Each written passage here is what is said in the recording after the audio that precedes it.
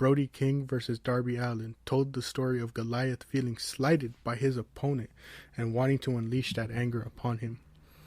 It told the story of Allin's own offense being his downfall, as each dive led to the stronger King turning it into his own offense. Even when Allin tried to outsmart the beast, strength overpowered. Miro versus Allin told the story of a broken down Allin after months of being champion simply being overpowered and overwhelmed by the strength of Miro. And Lee versus Allin told the story of a Goliath that has no ill will towards Allin, simply pity that his fellow competitor could not recognize when he is outmatched. All losses at the hands of the giants. But what about when the story goes as originally told? What about when David finally puts all the pieces together and topples Goliath? Well, that is when you get Darby Allin versus wrestling's final boss. As mentioned, Allin was in a feud with another wrestler in Evolve. Much like Lee, Allin was going to face this opponent the very next night.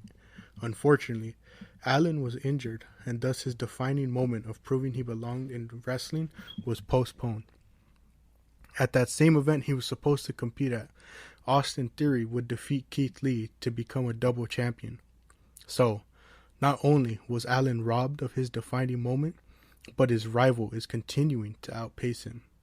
Leading up to their rescheduled match, Allin's opponent is interviewed, and he states that while he respects Allin's work ethic, a man with a painted face and chaotic wrestling style does not belong in this respected business. There's two sides to a coin. See, Allin's wrestling style is very much reflective of the life he's had to live up until this point. At a young age, Allin lost his uncle in a car crash. His uncle had crashed with Allin in the car after becoming intoxicated. Allin took upon the half-skulled look to signify that a part of him died in that crash. Allin gave up on wrestling in his teens, years after feeling he didn't match the look, even stating that he walked in, saw the physique, the stature of many of them, and knew that they wouldn't take him seriously.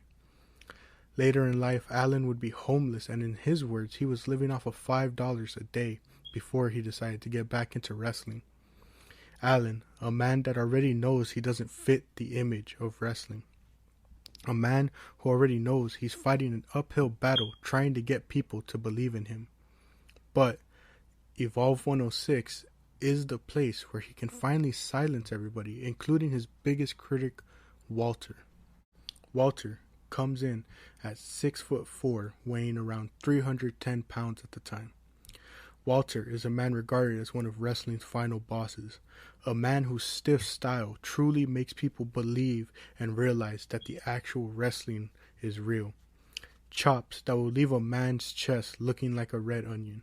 Strikes that knock your sweat into the 8th row. Kicks that will turn an opponent's head like that of an owl. A Goliath of this stature going against Allin. And not only that, but with the point to prove that Allin does not belong in this respected business. And so similarly to many of the previous encounters, Allin tries his quick offense but is outmatched like his previous encounters. He's thrown into the ring post, he's chopped, smacked, and kicked in his mouth till he's bleeding. He's just constantly being thrown around and brutalized.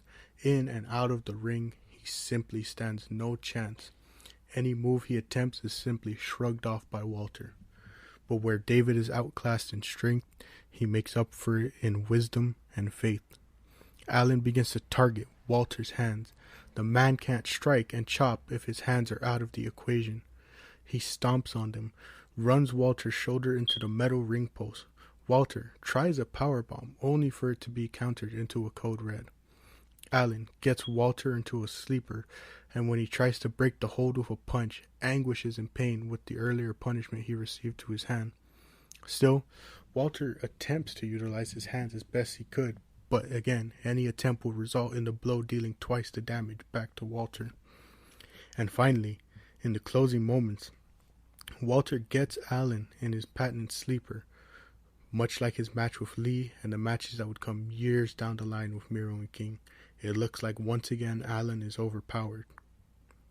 Until Walter lays back to really cinch in the sleeper, and it is here that Goliath is outsmarted, as Allin turns it into a pin for the victory. Allin, through his own wits, immobilizes the Giant's main form of offense and sneaks a pin for the win. Many would see the roll-up as cliché or a form that doesn't make Allin look as strong as completely toppling the Giant. But remember the story at hand. Allin proved that he can work a methodical style and outsmart the ring general. Allin proved that despite his size, he can use his style and smarts to maneuver his way to a victory. That despite his size, a man like Allin belongs in this business often referred to as the land of the giants.